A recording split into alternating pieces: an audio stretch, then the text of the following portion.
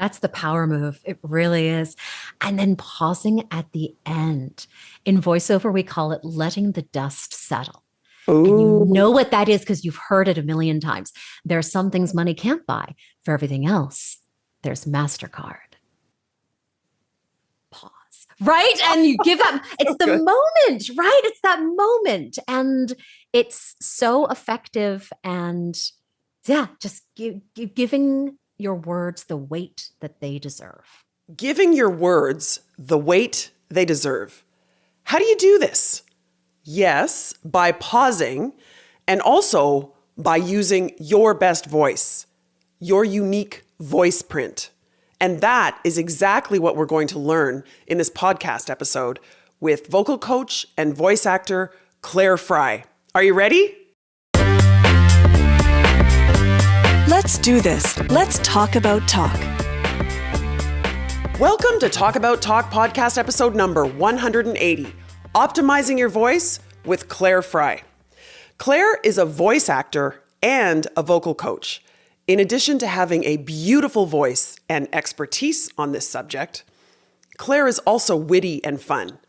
Her LinkedIn posts often make me chuckle.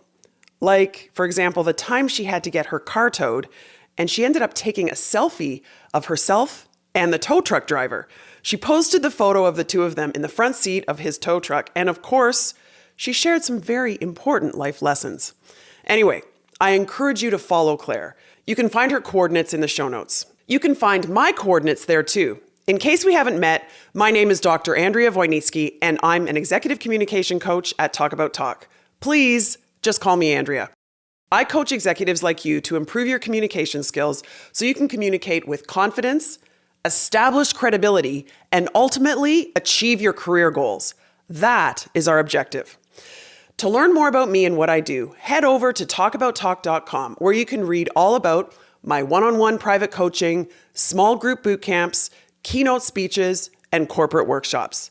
Plus, there are a bunch of free resources for you there, including my free communication skills newsletter and the archetypes quiz. In case you haven't taken this archetypes quiz yet, I hope you will. This quiz can help you establish your professional identity. I am a sage and a magician. If I had to guess, I'd say Claire is a citizen or maybe a caregiver, and definitely a jester. Okay, in my conversation with Claire Fry, which you're about to hear, you're going to learn how to use your best voice. If you're like many people, you might not think about your voice very often. But here's the thing, whether it's online or in person or on the phone, your voice says a lot about you. There are some relatively easy things that you can do to optimize the sound of your voice. Yes, of course, you're probably thinking there's the importance of breathing. Breathing is key, but there's a lot more to your voice than just breathing, as you're about to hear. At the end, after the interview, I'll summarize with 3 important learnings that I want to reinforce for you, as always. And you'll probably be surprised about some of these learnings. Some mindsets and tactics that will definitely help you use your best voice. Okay, now let me introduce Claire, and then we're going to get right into this.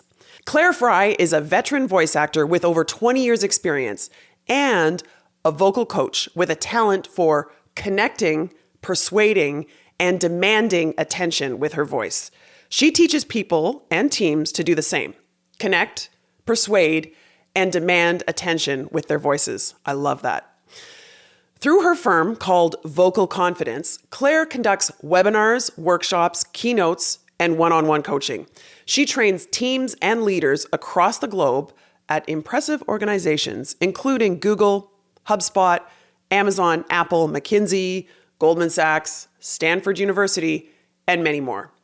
Her objective is to provide people with the tools to sound amazing and the confidence to sound like themselves. I love this. The tools to sound amazing and the confidence to sound like themselves.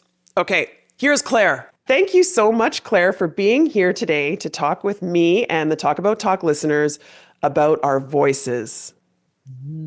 Thank you so much for having me, Andrea. I'm so excited to get into it.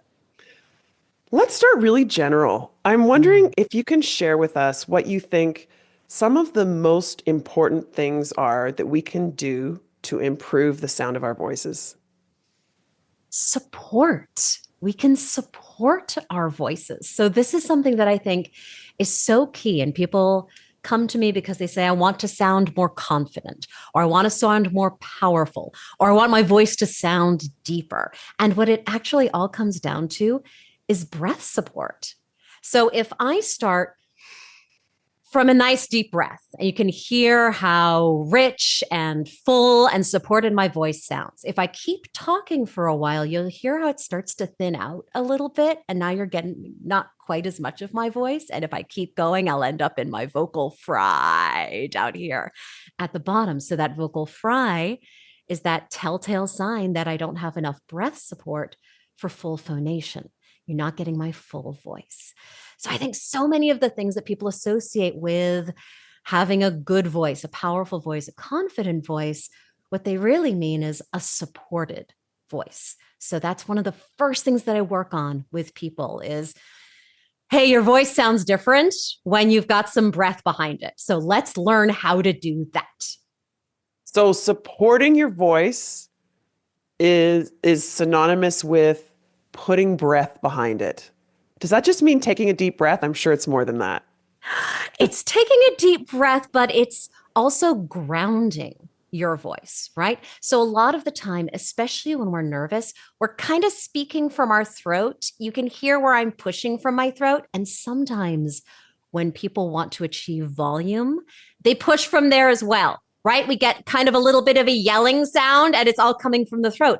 Versus if I put it down in my belly and use that diaphragm for support, this is the kind of volume and power you can get from there, but it's a much freer, more open sound. So it's definitely about taking that time to fill up with breath beforehand, but it's also about moving that center of gravity down into the belly so that we're not all up here in our throat or breathing from our chest, but everything's sort of down and grounded and powerful.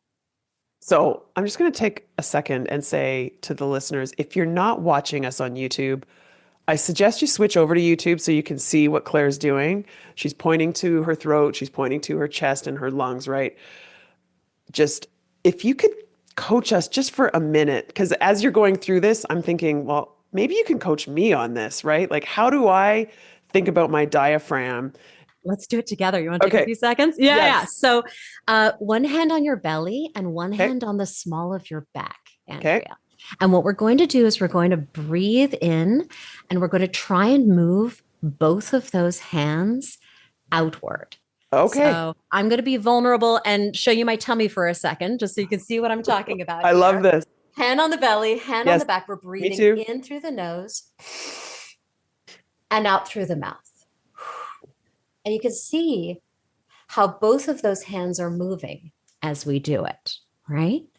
Yep. So now let's kind of connect that to speech. Andrea, if I told you you're walking along the street and you see a friend across the street, you see me across the street and you recognize me and you just yell to get my attention. You might say, oh, hey, Claire. Give that a try. Just do that out loud. Hey, Claire. Yeah. Yeah. So where did you feel that when you just did it? Well, I think because I was conscious of my belly, I felt my belly expand, and then I definitely felt it up here in my. Yeah. So even just, and I'm so glad you said that, because even just doing this once, just taking the breath in, gives us that consciousness of, oh, wait, I've got all that support down there. I've got all that capacity down there. So when we yell, we tend to go here. We tend to go, hey, Claire. So I'm going to have you do it again, but this time really focus on. You can even use your hands like you're squeezing an accordion. Oh, like okay. Pushing the breath from below. So it's more like, hey, Claire. Hey, Claire. Oh, nice, Andrea. Nice. Do you feel that difference in how you're using your instrument there? I definitely did. I felt I was pushing my abdomen in and my back in at the same time with my two hands. I also felt like I might have cheated a little bit and tried to make it sound deeper. Sure. Did you catch that? I did catch that. And that's a very, very common thing to do, especially for women who I think are conditioned, socialized to think of deeper voices as being associated with authority. So if you think about the voice that we put on when someone says, "Oh, I want you to sound really serious," like, "Oh, okay, this is my serious voice," right? Like we associate deeper voices. And so does everybody. That's what the Right. studies show, right? We associate deeper voices with authority, credibility, all these things.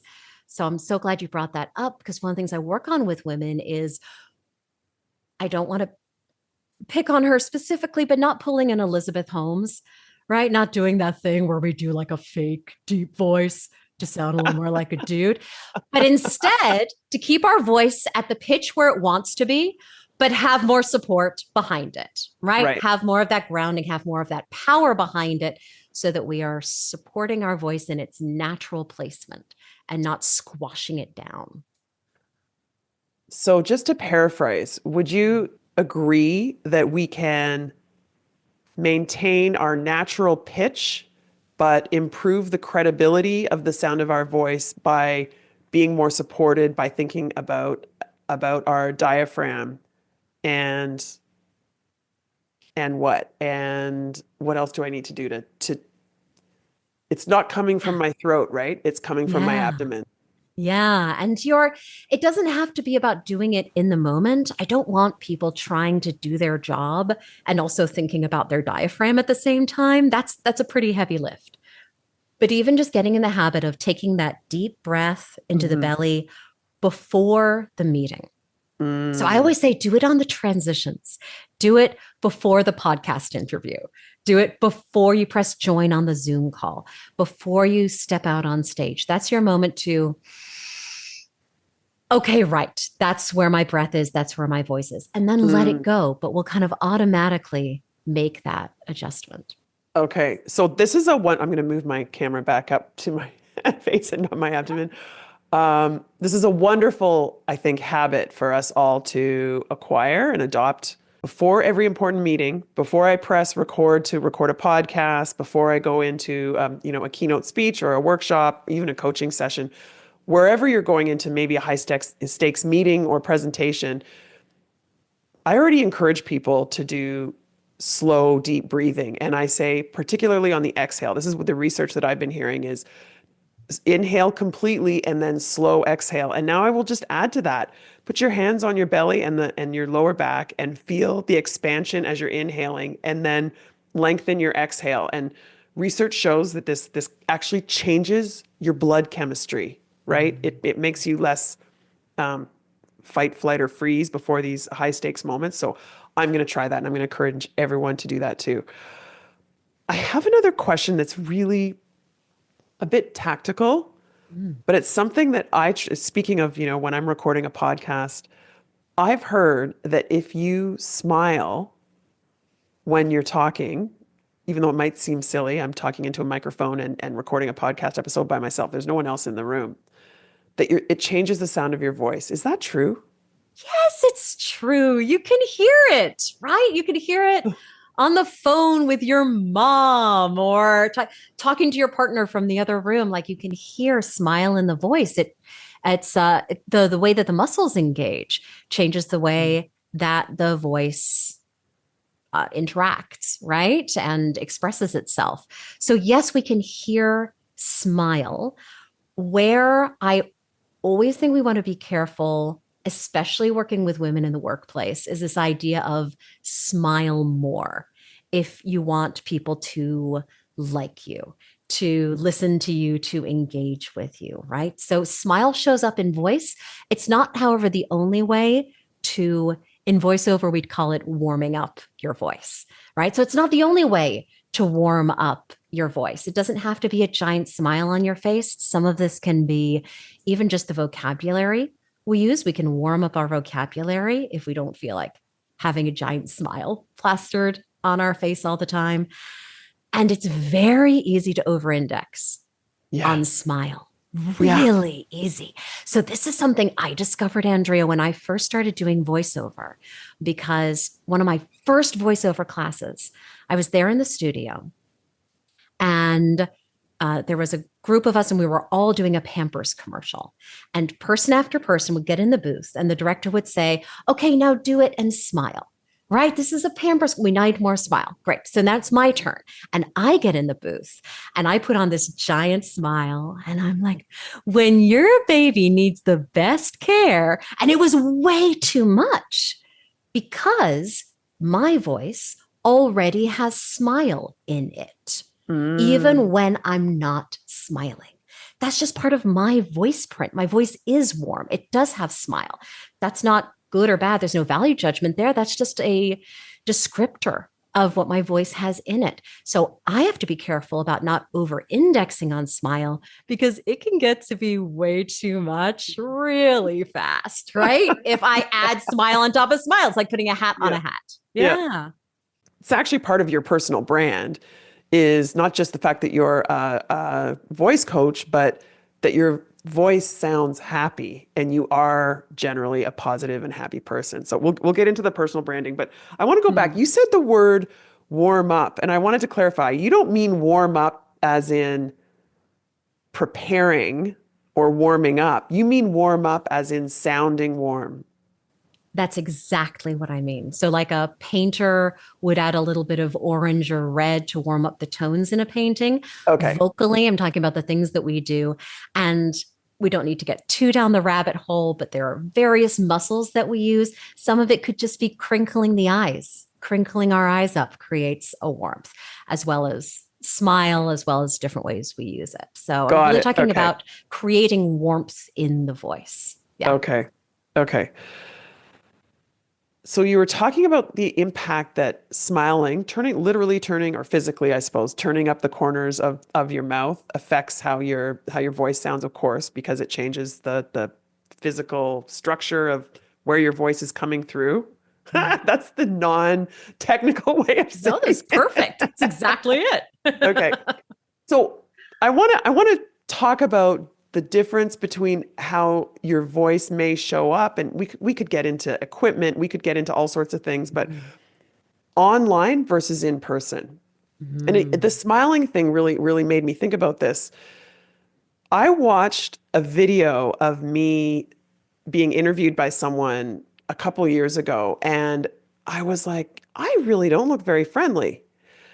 When I looked at myself really carefully, when I slowed it down and really looked at myself carefully, which by the way is very painful, I was like, it's not that I'm scowling, but I'm not smiling. And then I had this conversation with a couple of other people. Online, there's it's almost like the camera reduces the happiness of your appearance. It makes you, it downgrades your emotional tone visually. So, and I was talking to a senior executive a couple weeks ago, and he told me that his communication team told him, when you're on camera, even when you're not speaking, you need to be ear to ear smiling, because otherwise you look like you're not happy. And I said, that's what I notice of myself on screen as well. So, I mean, that's more of a physical appearance difference between in person versus virtually. But what about our voices in person versus virtually? No, I think that's a direct analog. I love that. It's a flattening medium, right? So it's flattening in terms of visual presentation, and it's flattening in terms of vocal presentation as well, especially if people are using second, third rate equipment, which is not picking up all of the tones and gradations in voice the way that we would be able to do if we were in the room together. Okay. Absolutely. I want to come back to the looking at yourself on screen thing in 1 second, but I'll say for voice, people can be so much louder than they think they can over video. So part of that is that any piece of video software you're using, whether that's Zoom, Google Meet, Teams, any of it, all has built-in limiters, which is just a way of saying it's automatically bringing down the peaks of your voice, right?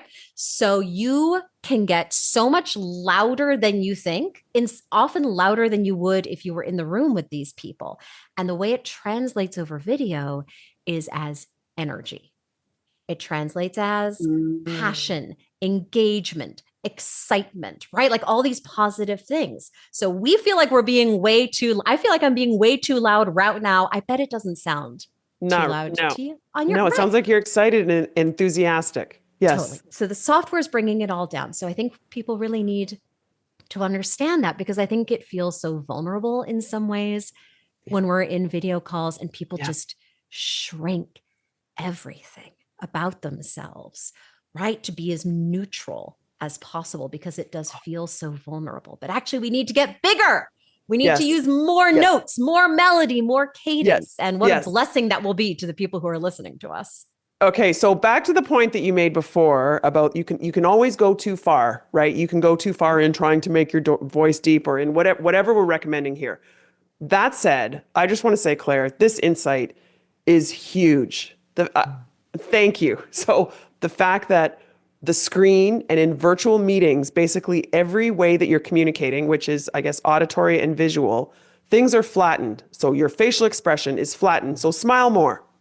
I've even heard that if you're on screen, you should wear more makeup than you would if, right? I'm seeing you nod. Okay. So whatever you normally do, you need to amplify. And in terms of your voice, so this is, I guess, a segue into some recommendations that you can give to us. I've heard that to optimize the sound of our voice, one of the things that we can seek is variation. Variation in pitch, in tone, in cadence, and so on. And I would hypothesize that you would suggest that we should do that even more so when we're virtual or online, as opposed to when we're in person. Absolutely. Cadence, intonation, just the number of notes that we are using. And again, our first instinct seems to be to shrink all of that. When you ask people, or when more accurately, when someone is telling themselves in their mental script, I need to sound professional, the first thing to go is the notes. The first thing they start doing is using fewer notes and saying, this is my professional voice. This is my buttoned down, giving it to you straight kind of voice, right? Because it's safe. You're safe there. You feel safe there. But actually, it's such a barrier to people being able to hear you and follow you and engage with you, because you're not giving all those verbal signals, that roadmap that helps people to follow you when you're speaking. So we flatten it out, and it's the worst thing that we could do. So I'm sure this is something that you've come across as well, this idea of negativity bias in communication. So when we hear someone speaking and we're not getting clues from them, from their tone of voice, we don't know if they're happy, we don't know if they're sad, we don't know if they're excited, we automatically assign negative qualities. We go, oh, well, they're mad at me. Oh, they're frustrated. Oh, they're bored, or they're whatever, right? So we need to be sending that really strong signal all the time. And I think that's true for face as well. Okay. Right? So that we need to be sending that signal all the time.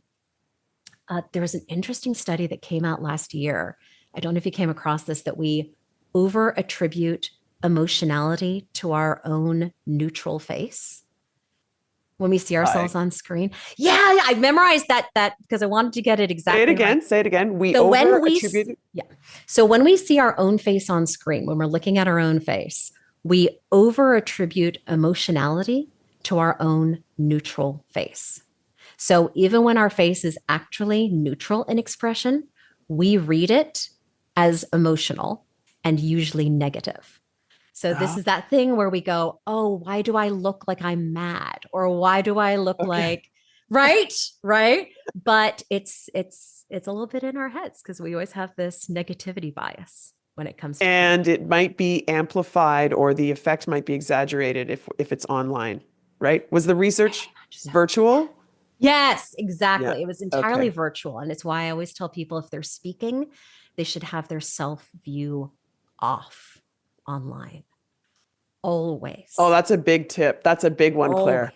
Always. Because if you see your own face, first of all, it's the most distracting thing you could possibly have on your screen. I don't care what your relationship is with your face. It doesn't matter. You're always looking at it, right? You're flicking over, you're checking in.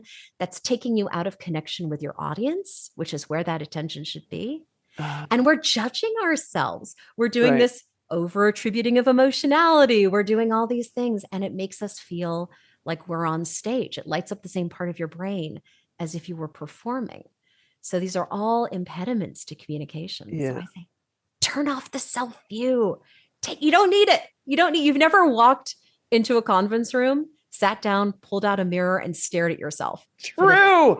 Right. So Claire, I always adjust the Zoom screen or the Microsoft Teams screen, whatever it is, so that I'm on the bottom and the other people are at the top, closer to the camera, and I don't look at myself. But you're saying take it to the next level and just remove yourself from your view. Okay. Yeah, it's easy to do. It's just a click of a button and everyone can see you, but you can't see yourself. But what you're doing, Andrea, is so smart. When you always want to put your audience as close to that camera as possible, right? So we get that eye contact. Yeah, your face right now is right below the camera. Yours is too. It's almost like we thought about this. Yeah. Check. That's amazing. Okay.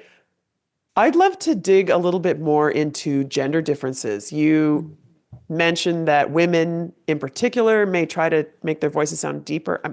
I would guess men probably do too. Like you said, we all hear this anecdotally in society, and it's reinforced that we attribute deep voices to power, status, authority, all of those leadership qualities, right? What gender differences do you come across in your work with your clients that you might want to mention here? Interesting. Yeah, it's not a crazy thing to do, right? Which is why I said before, there's plenty of reasons to rag on Elizabeth Holmes, but lowering her voice is not one of them. That's completely understandable, especially if you're working in a male-dominated field, because it's true. People prefer, I think in the last 20 presidential races, we've elected the person with the deeper voice every time but one or something like that, right? Like this is just a thing. This is a thing that we do. So what's a woman to do, right? And, as you said, there are certainly men with higher pitched voices who I'm sure are as aware of this, but I'm going to talk specifically about people who are assigned female at birth and therefore have smaller larynxes, smaller voice boxes, and voices that are higher pitched. So generally speaking, there's a little less of a resonating chamber. So the voices don't have quite as much power to them. We don't have quite as much resonance to them. And we have that slightly higher pitch. So I don't want to be boring, but I have to go back to the breath part, right? Because here's the thing. It's understandable to want to lower your voice, but it doesn't work. And it doesn't work because it's just not how your instrument is put together. It's trying to make a flute sound like an oboe, right? Like it's just not the way that it's constructed. So ultimately, the thing that is going to best serve us in terms of getting heard in taking up space with our voices and having a level playing field with the men is putting a little more energy behind it, a little more breath behind it. And hey, maybe get a really good microphone. Yeah. Right? Because your virtual meetings, if you have a good microphone, that's going to automatically bring your voice higher in the mix. So now it's going to be more present in people's ears. And why not take every advantage you possibly can? Yeah. In voiceover, we call it cut through, that quality of making people sit up and pay attention when you speak. So let's use everything, like everything in our arsenal. Yeah.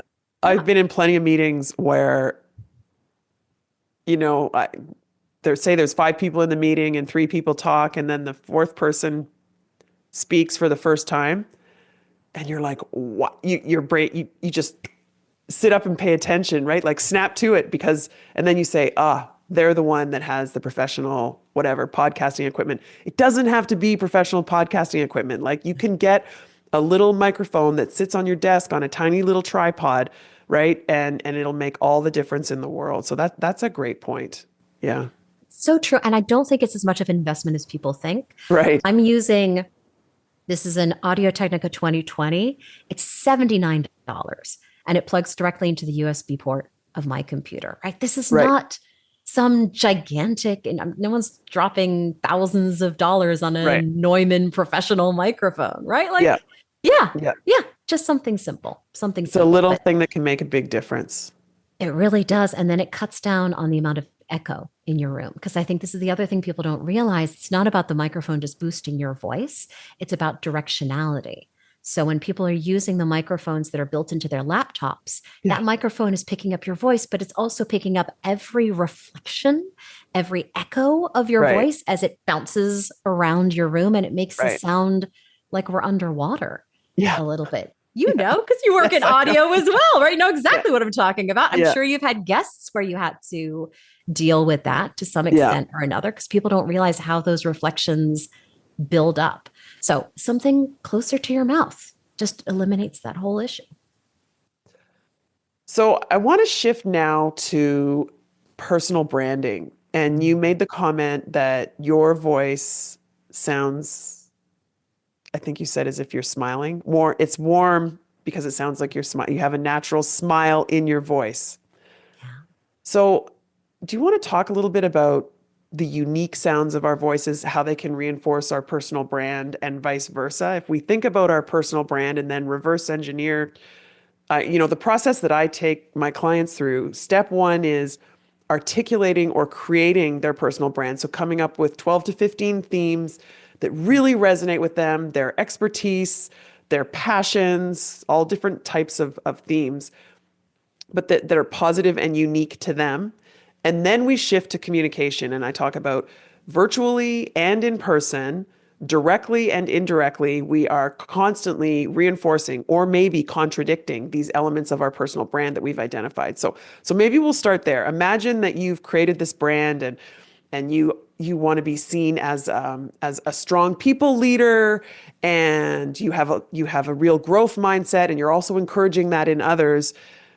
And then I say, well, there's direct or explicit ways that you can reinforce that when you're introducing yourself, when you're talking about your strengths. There's also implicit ways, like your voice, right?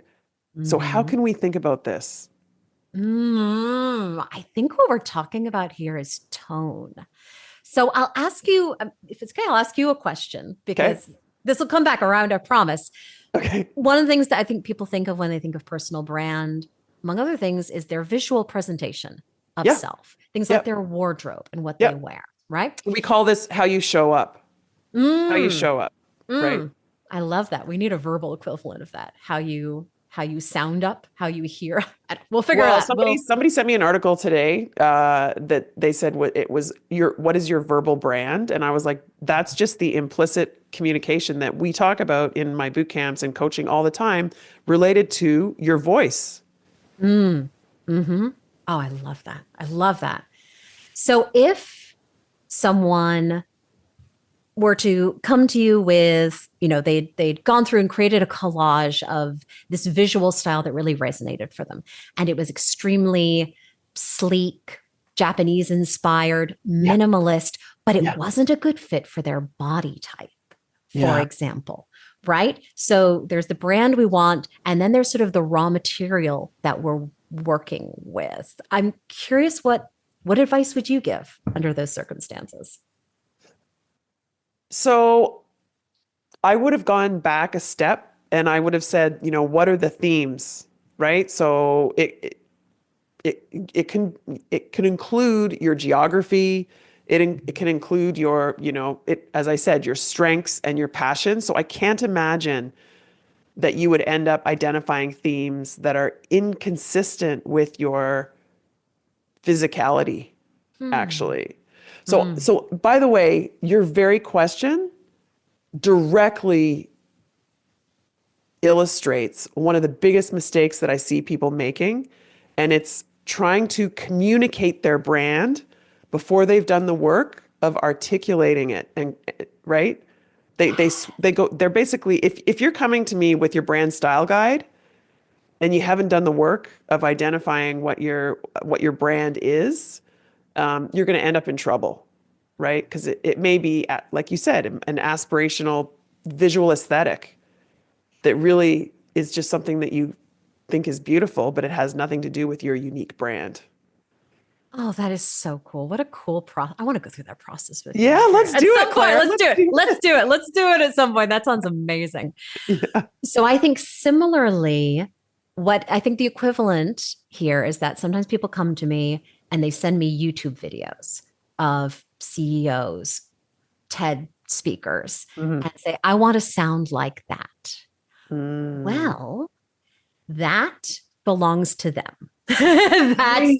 their verbal style. We cannot take that and transplant that on yours because there's your instrument. There are physical limitations. There are all of these parts of our voice print, right? And that Mm. might be something like natural smile or directness or softness or breathiness. That could be an accent. That could be the depth of your voice, the height of your voice, right? Like there are all of these things about your voice. Mhm. So rather than trying to make your voice do something, like you, I always go back to the source, which is the intention behind it. Beautiful. Because what we find is that when you're asking the right questions, questions about who is my audience? Who am I talking to? What's my relationship to them? And what's the main message I want to get across? Yeah. Your tone will follow every single time. So it's not about creating some tone, right? To your point, this sort of external focused, this Yeah. is what I want to sound like. It's this is how I serve this message for these people. And Yes. that's going to be the most effective way every time. So we want to work Yes. from the inside out, not the outside Yes. in, which I Yes. think resonates very much with what you were just saying. Very much. Very much. Claire, I think you and I need to collaborate on this. There's so much opportunity here. I feel like the sound of your voice, you keep saying instrument, the sound of your instrument as a voice could actually be input to step one, which is creating your brand. But then it also is part of step two, right? Which is the communication. So it's step one and step two. I love that. That's a big insight. There are probably other elements of your brand that are that way too. Yeah, wow. So, for example, your physical stature, right? Sure. It is an input to your brand themes, but it also is then how you can reinforce and communicate your brand themes. So, okay. Yes. And I Yeah. think this speaks so much to this idea of authenticity that I think we're always circling around in communication because people say, what's my authentic voice? Is that how I sound with my best girlfriends when we're hanging out, drinking wine together? And your authentic voice is not your lowest energy voice. Do you know what I mean? Like Mm, those are not the same thing. So the mhm. metaphor I always use with people is imagine your wardrobe. So ideally, everything in your wardrobe is something chosen by you that reflects, to use your language, that reflects your brand.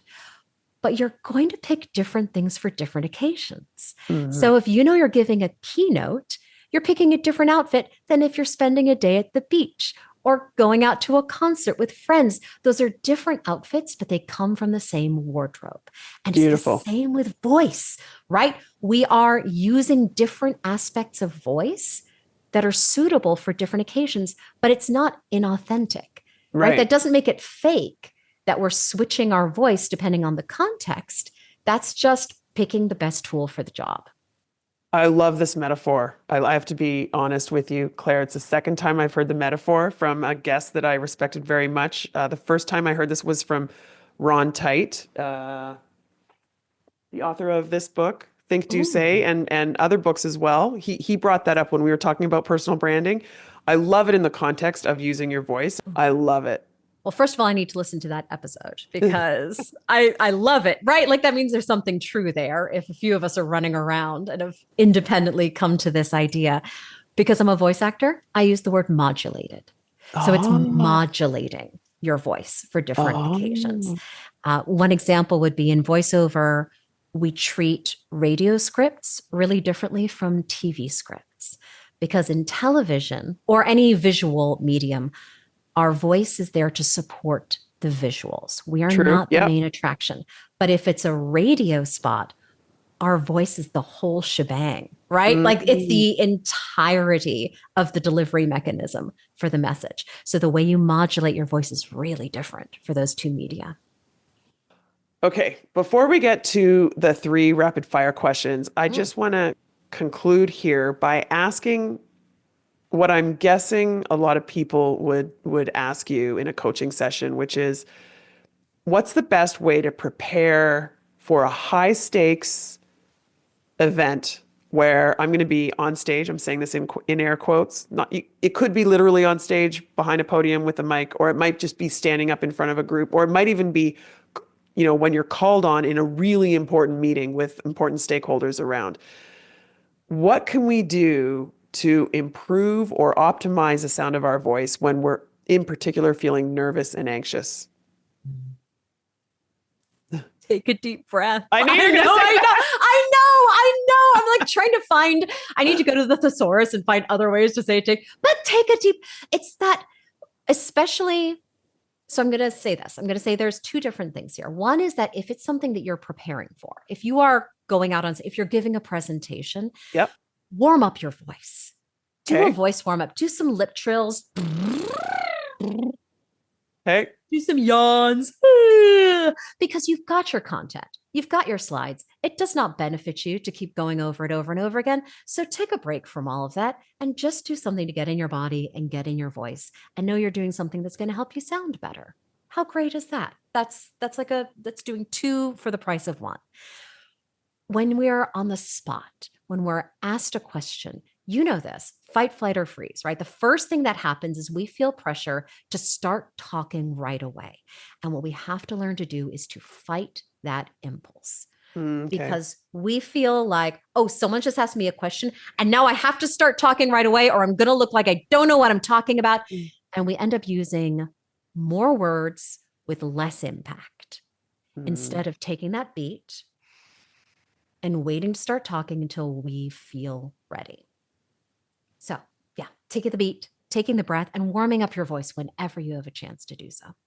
I love that. Okay, so take a deep breath, trills, yawns. You didn't say take a sip of water. I'm going to guess you assumed we were already well hydrated. Right? I'm making that assumption. Yeah. Yeah. Okay, Definitely and then when we're in the moment, the power of pausing. And, I talked with someone about this recently. I said, there's, this idea of the power of pausing has become sort of a common thing that people are sharing, because we race to fill the silence, as you said, right? All eyes are on you and you feel like you need to fill that silence right away. Otherwise, people are going to make assumptions that you don't know what you're saying, blah, blah, blah, right? Actually, you will appear more confident if you nod and take a moment, and then people will lean in. What is she going to say, right? That's the power move. It really is. And then pausing at the end. In voiceover, we call it letting the dust settle. Ooh. And you know what that is because you've heard it a million times. There are some things money can't buy. For everything else, there's MasterCard. Pause. Right? And you give up. It's the moment, right? It's that moment. And it's so effective. And yeah, just giving your words the weight that they deserve. Okay. My friends at MasterCard are going to love that you shared that, Claire. Amazing. All right, I'm going to move on to the 5 rapid fire questions now. Are you ready? I'm ready. Question number 1. Are you an introvert or an extrovert? Oh, I'm such an extrovert, but I'm an extrovert who doesn't love talking about myself. I'm just endlessly curious about other people. So my husband will tell you I'm a nightmare to bring to a cocktail party because my favorite place is a cocktail party where I don't know a single person there. I just walk up to people and I just start asking questions. It's my favorite. Okay, so Claire, I'm also an extrovert, and most people on the podcast usually tell me that they are an introvert, but they have become more extroverted, that it's this whole thing. Anyway, I love that I am an extrovert. You also, I think, have a superpower based on what you just shared, because there's research that shows that introverts are better listeners, but you shared that you have this innate curiosity about people. So if you're an extrovert, you're socially comfortable, you're getting energized by being around people, and you're probably asking them questions and listening. Amazing. I like Wow. that framing. I'll Yeah. take that Yeah. as opposed Tell your to. husband you have a superpower. Okay. It's true, honey. I'm not a nightmare to bring to cocktail party. He can never Yeah. get me out of there, right? Yeah. That's the problem. Yeah. Yeah. That's awesome. Okay. Question number 2. What are your communication pet peeves? I really do not like it when people read something that has been written and they throw it away. So for example, if you would never do this, but if someone gave you their introduction to read and you're like, so Claire Fry is a communications coach who has worked with executives from lots of teams, right? That reedy tone of voice instead of putting in that little extra effort to bring it to life, to make it sound like your words. Yeah, it drives me crazy when people don't put in the effort to do that and just throw it away. Like da da da da da da da. It's that yada yada kind of cadence. Okay, so Claire, you're reminding me of a question that I get a lot that I have an opinion about, but I'd love to hear yours. It's a little bit off topic from your voice per se, but what do you say about cue cards generally?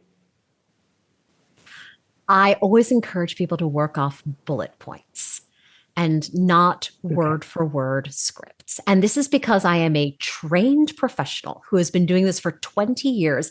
And it's still hard for me to make a written script sound like a real person talking. That is Okay. a hard thing to do. So I encourage people to set themselves up for a scenario where they can stay on track, where they have guidance, but they can use their own words and their own attunement to the audience to deliver the message the way it's going to best be heard. You have no idea how happy that makes me because that is exactly the answer that I say too. The goal is not to get rid of the cue card.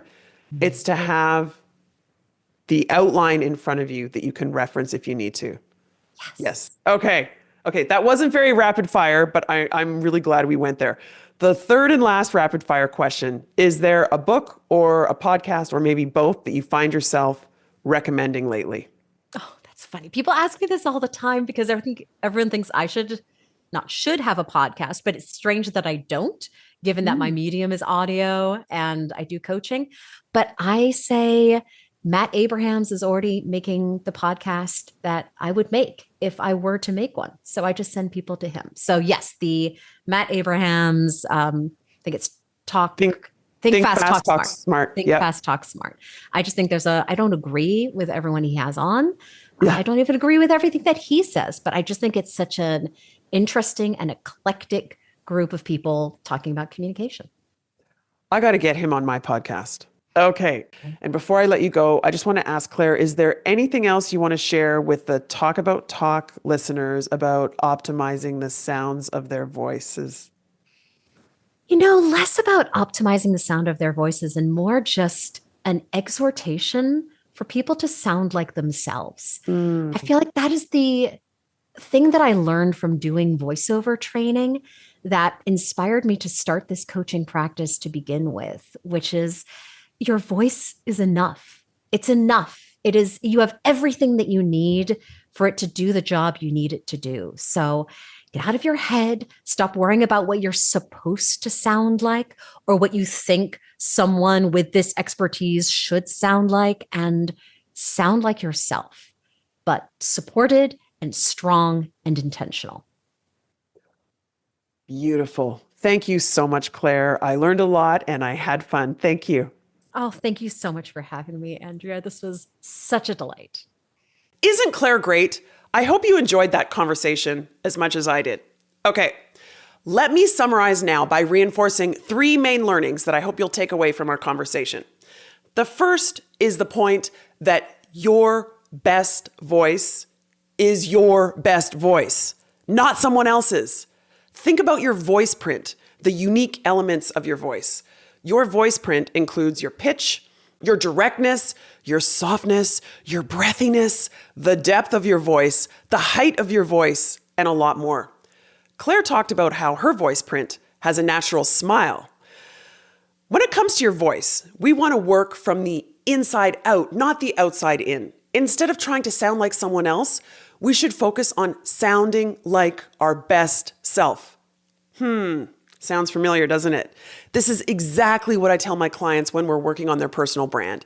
Instead of copying others, focus on identifying your unique passions and strengths. So for example, when it comes to your voice, if you're a small person, your voice will sound different than someone with a barrel chest. As Claire says, consider your instrument. Don't try to make a flute sound like an oboe. So that's the first thing. Instead of trying to sound like someone else, we should seek to optimize our own best voice. How do you do that? This is the second point. Claire talks a lot about supporting your voice. This, of course, is attained through your breath. Deep breathing, using your diaphragm, and depending on the context, also by smiling.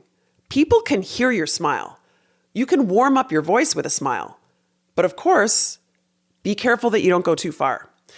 Claire talked about how you can over-index on things. So strive for a happy medium. As an aside, this point about over-indexing applies to all of the communication skills advice that you will hear from me. Sometimes it's easy to over-index, so just be careful. Anyway, that's the second point, supporting your voice, primarily through breath and also with other things like smiling. The third and last point that I want to reinforce is about optimizing your voice and your presence online. This was probably my favorite insight from my conversation with Claire. We discussed several things you can do to warm up, to optimize your voice when you're in an online meeting. The main thing to consider here is that online is a flattening medium. When we're online, things look and sound flat, mediocre. Audio software brings down the peaks. In other words, it makes us monotone, and that goes for both audio and video. So, what should you do? You should amplify everything that you're saying or doing online. For example, use your voice, talk louder, increase your personal volume. Outside the context of your voice, there's also facial expressions. Online, we sometimes read neutral facial expressions as a negative. So, what do? Replace your neutral face with a smile. That is such an easy fix. We also referenced a few other online meeting hacks for you. Number 1, invest in a microphone. The mic will pick up the nuance of your voice and filter out other sounds around you. This is about optimizing the sound of your voice. 2, turn off your self-view. I love Claire's point here. Your self-view is distracting and not necessary. When's the last time you walked into a meeting room and pulled out a mirror so you could watch yourself talk? Never. Exactly. So turn off the self-view. Focus on others. Number 3, when you're in an online meeting, put the audience or the speaker as close to the camera as possible. If you're on a laptop, center the other person or the speaker right below the camera light on your screen. That way, it'll look more like you're maintaining eye contact. Another easy fix. And that is everything for this episode. Thanks again to Claire Fry. You can find all of Claire's coordinates in the show notes for this episode. And my coordinates are there too. I would love to hear from you. Please connect with me on LinkedIn and you can send me a DM there. Or you can contact me through my website, talkabouttalk.com. If you enjoyed this Talk About Talk podcast episode, please make sure you subscribe. And don't forget, you can also watch Talk About Talk on our YouTube channel. Yes, you can watch the Talk About Talk podcast. Whether you're watching or listening, I want to end by saying thank you very much for being here and talk soon.